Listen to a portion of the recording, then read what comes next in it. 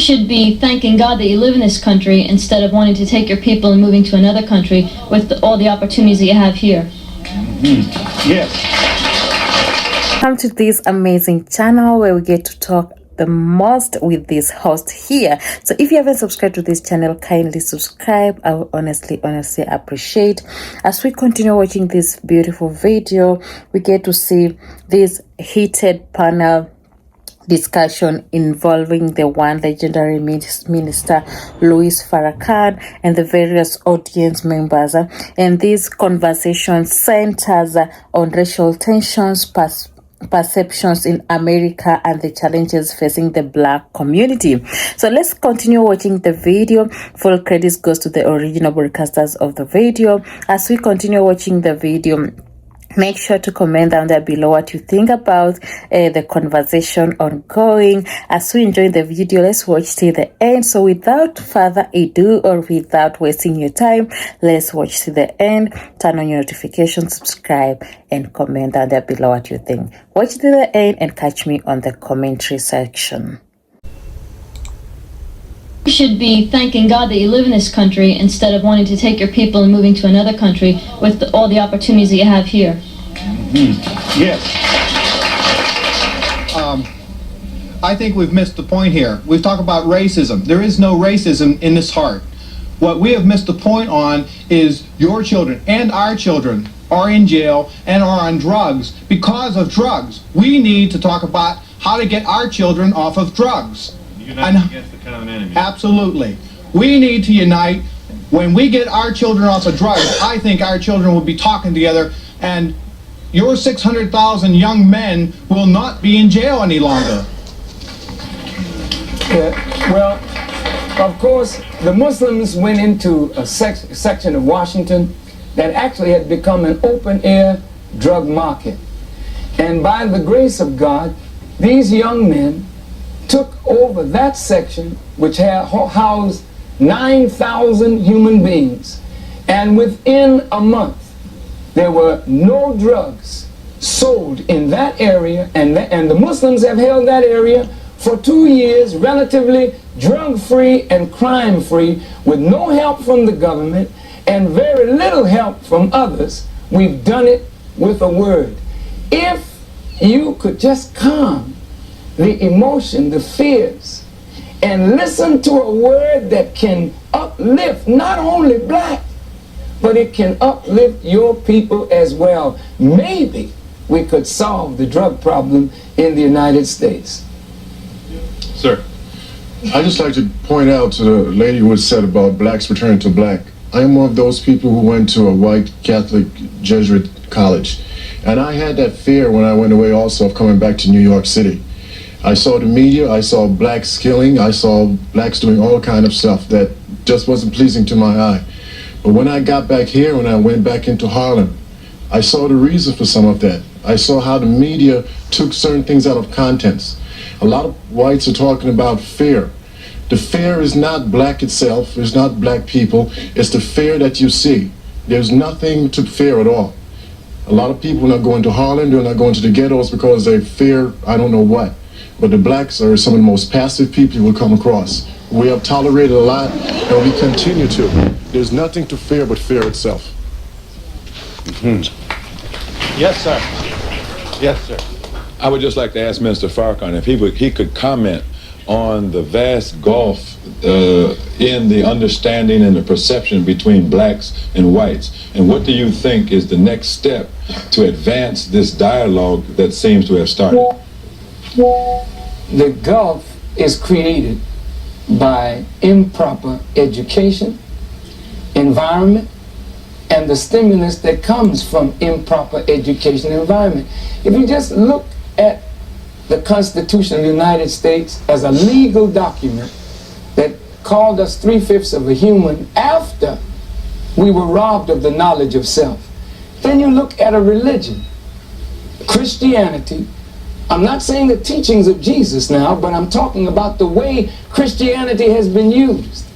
I was talking to a Catholic priest a few weeks ago, telling him how black folk were taught that our blackness is something of a divine curse, that we are the children of Ham, And Ham was one of the sons of Noah who mocked Noah in his drunkenness, and Noah cursed him, and of course he was doomed from that point to be a hewer of wood and a drawer of water. And so today, black folk think of themselves in a servitude posture. Black folk think of the color of their skin as a curse. They think of the texture of their hair as something terrible, the thickness of our lips or the shape of our noses. This is not because we desire to think this way, but we live in America where white standards of beauty have been imposed upon us. Now how do you break this? By telling the truth. The truth is, black people have a beauty that is ours. It is uniquely ours. You have your beauty as white people. As you learn to appreciate yourself and we learn to appreciate ourselves, then maybe we can appreciate one another. But truth has to be told. The truth is, according to your own scholars, your own scientists, Mendel said, black skin is dominant. White skin is recessive. Dark eyes are dominant. Light eyes are recessive. Mendel said you can get the recessive from the dominant, but you can't get the dominant from the recessive. That's Mendel. Dr. Leakey was looking for the origin of human beings. He went to Europe, but he didn't stay there long. He kept right on moving, and he found the origin of man in Africa. Now some of your scholars of genetics have taken the DNA and have traced the origin of human beings back to the black woman. Look, we are the father of all human beings. Tell it from the mountain, the black people are the original people of the earth.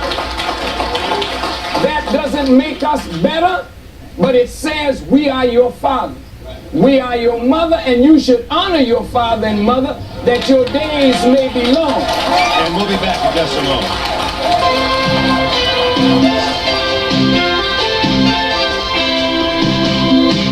We're back with the Reverend Mr. Louis Farrakhan, who sounded awful close to William Shockley on the last answer. But William Shockley was telling a falsehood while we are telling a manifest truth. And this truth, white people know, you scholars know it, but you've hidden it from black people and hidden it from your own people. So if you know that you come from us, then maybe you would respect your root a little better. Yeah. And if we knew that you came from us, maybe we would respect ourselves a lot better. So it works for both of us. It's good to know the truth. The truth will make you free.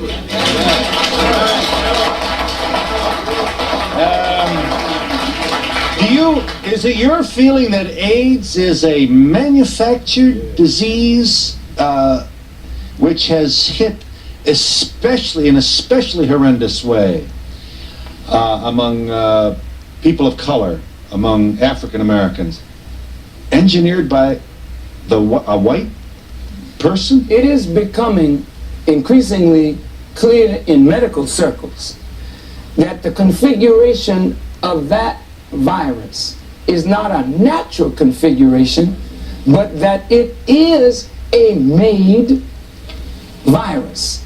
Now, this should not come as a shock to you, because viruses have been used for years to get rid of unwanted and useless populations. I think General Amherst sent smallpox up in blankets to the Indians. And I think you will find that 100 black men in a Tuskegee experiment were injected with the most virulent form of syphilis and allowed to cohabit with whomsoever they would, and never were to be treated for syphilis. This is reality. Now, it was 400. Now we're looking at not only biological warfare, but we're looking at chemical warfare that is being used in crack cocaine and now in ice, being used on black and white. And I'm telling you, if America doesn't wake up, your country will be lost from within. You believe? I believe it. You believe this is true? I do believe it. Because if you How many remember... white folks are going to sit still, though, But for wait this a kind of an minute. Can I indictment finish? without proof, my Can I goodness. finish this? Do you remember in The Godfather, and everybody that saw The Godfather will remember this, he said, only give the drugs to the black because they do not have any hope. Isn't it true? How many can deny it? Well, and therefore what? Therefore it's true? No, that is true. Yes, I do. All right, hang on just a second. Yes, yes. I'd just like to say that I have nothing against you or any of your brothers, or should I say puppets, that react this way. But now, if you're talking about 1 in every 4 black men are in jail and everything, I mean, I think we should help ourselves, you know? I mean, if you want, we pull together and get out of this thing, out of, you know, how you think of blacks and how you think of whites. But, you know, God said all men are created equal, so why don't we feel that way? Yeah. Why was it necessary to kind of insult the way they act when we talk. When white people talk, they always act down the way white people you have a reserved religion in your own... I'm Catholic. You're Catholic. Would you call all the people who stand up at St. Patrick's Cathedral puppets of Cardinal O'Connor? No. Why not? Why not, he wants to know? I'm not. It's not. See, they see that as a double standard. Yeah. In other words, when a black person supports a black person, No, but the they're way puppets. they're talking down to us. Well, what did they say? What was said that bothered you the most? Let's talk about No, the way they look at us. the way they look at you. And the way, So it's not something... You see what I mean? You want to talk to him? Yeah, okay, hang on just a second. I would like to know, excuse me, I'm speaking to you. Why is there such a problem when we speak to you about how we feel? Why is there such a problem with that? Why you can't understand about how we feel? We have to deal with how you feel. We have to hear what you have to say about us, and we deal with it. How come you can't deal with it? You can't deal with it. You not deal with it. I can deal with it. I think we should get together, though. Don't insult us then, okay? We don't insult you. Don't insult us, okay? Just don't insult us. I don't think he meant to insult. Yeah. Yes, he did. He did insult us. Yeah. By calling us puppets. We are no puppets. We are human beings. They Muslims. We are black people. You're white people. That's all to it. See, this just carries on to what we say, okay?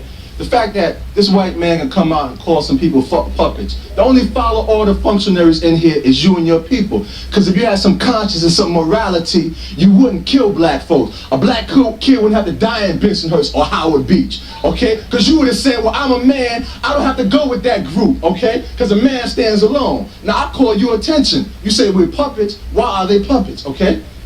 I'm a black reporter. I'm no puppet. I call it for what it is, okay? I respect you. I just want to say one thing. If Gotti was sitting up there and he had his men around, John Gotti, you wouldn't open your mouth up and say anything. You think? You wouldn't even break breath to say anything about Gotti men. You know? But you feel that these black men stand up here, you feel that you don't have to fear them. Yeah. I would like to ask if all of his followers agree with everything that he says, or if some of them think for themselves. That's what I want to know. See, now, Miss, there are people in here. Would you talk to people who are not quote-unquote followers of Farrakhan and answer that lady's question? Who are? He wants to know if everybody agrees with you. That was the question. Yes. I'm a member of the Black Press. My name is Totley Brown. I work for National Black Network. I am not a follower of Minister Farrakhan, and I am tired. I am very tired of hearing you people, of talk to black people like we have feelings. Black people have feelings. We are tired of listening to the way you teach it, the way you want it, the way you deal with it. I have also worked for the white media. In the white media, I have heard them take out black stories. And I have said to them, why are you taking out a black story? I'd like to hear it. And their attitude was, well, there aren't enough people who want to hear it. Well, I do, and I know plenty of other people who want to too. One of the problems I have is, and I think most young people and the elderly people have, is the concept of the basic bias. We recognize that there are millions and millions and millions of fine, beautiful, attractive black men in America throughout the world. Everybody will agree with that. But why should I pick up a magazine, a People magazine or something, and see Sean Connery as the sexiest man alive, John F. Kennedy Jr., the sexiest man alive? What happened to Denzel Washington? What happened to Minister Farrakhan? What happened to all of the brilliant men? Not on top of that, we talk about Elvis Presley gets his new show, but Little Richard is still alive on the planet Earth. 1 second. Yes, ma'am. I know you'll be brief. I just want to say this. Many of us are not in the Nation of Islam, but we're followers of Louis Farrakhan. Whites are telling us he's not like Dr. King. He's exactly like Dr. King. Dr. King fought for justice. If whites loved Dr. King, they should have kept Dr. King. They killed Dr. King. Dr. King today is Louis Farrakhan, fighting for justice and fighting for the rights of our people. For Christians and all of us, follow Louis Farrakhan. Yes. One person killed Dr. King. There's many of white people that's true. You know, white people want kill. to like One person come killed. together, and blacks and whites want to be together, and you're just Maybe you have an obligation to these folks, just as it was, I think, imprudent for us to suggest that you're puppets. It's similarly imprudent for you to suggest You're that white generalizing people all killed Martin Luther King. Not a bad point. not true. Well, hey, I want to say, I'd like to say, just as it is imprudent to say that white people killed Martin Luther King, it is also imprudent to say that the Nation of Islam killed Malcolm X. Okay? But you go beyond that. You said white people killed Malcolm X. I didn't say that. I said the government of the United States had a hand in the assassination of Malcolm X. I'd just like to say I think you should be thanking God that you live in A very, very interesting video or conversations to watch, and these conversations such like these makes us think, makes us question, and makes us at the same time engage and just talk about all this in open. So this was a heated a discussion that centered on racial tension, perception in America, and the challenges facing the black community. So what did we get to learn about in this video or this conversation that featured Mr. Louis Farrakhan addressing social issues? That was something we get to see. Participants debate the impact of drugs and incarceration on black families, and they also discuss the Nation of Islam's effort to address drug activity in Washington, D.C. and to systematic inequality and identity. Minister Farrakhan goes ahead and discusses the historical context of black identity in America, touching upon the Constitution, the interpretation of Christianity, and the need of black people to reclaim self-respect and history. So, what about the controversial claims? Mr. Farrakhan also touches about it. He goes ahead and talks on the scientific and historical theories regarding human origins, and also makes allegations regarding the manufacturing of diseases like AIDS and chemical warfare. That was an interesting thing to listen to as well. So the tension is in this dialogue. We get to see the panel experience significant friction with audience members expressing frustrations over how they feel and they are being addressed or treated by others in the media and society. So this includes a critique of double standards in how different groups are treated and perceived. So also the media and media and representation. We get to see how the discussions shift toward the representation of black figures in media and debates surrounding the legacies of civil rights leaders like Dr. Martin Luther King Jr. and Malcolm X. So guys, that was a very interesting conversation to talk about, and just listening how Mr. Louis Farrakhan answers the questions and the conversation's flow was interesting. So why did the audience become so frustrated? At some point, we get to see at some point the audience frustration stems from a combination of condescending rhetoric and a perceived double standard in how the black community is treated and characterized. Key points of contention include condescending language. Audience members express deep offensive at being referred to as puppets by a white participants, and this was seen as a belittling way to dismiss their support for Minister Farrakhan. Double standards in perception. There was a significant tension regarding how the media and society view black individuals versus others. So a reporter highlighted the disparity, noting that it figures like John Wh1te and head supporters they should be treated with a different level of respect compared to the scrutiny placed on the black activities. So the media bias and representation, also participant voiced exhaustion over how the media filters and negative frames black stories or ignores their contributions while prioritizing white cultural figures and perspectives. So feeling misunderstood, something that came out as strong. Many in the audience felt that when they attempted to voice their lived experiences, they were met with defensive or demands that they should be thanking God for their situation, which ignored the systematic issue they were trying to address. So that was an interesting conversation to watch.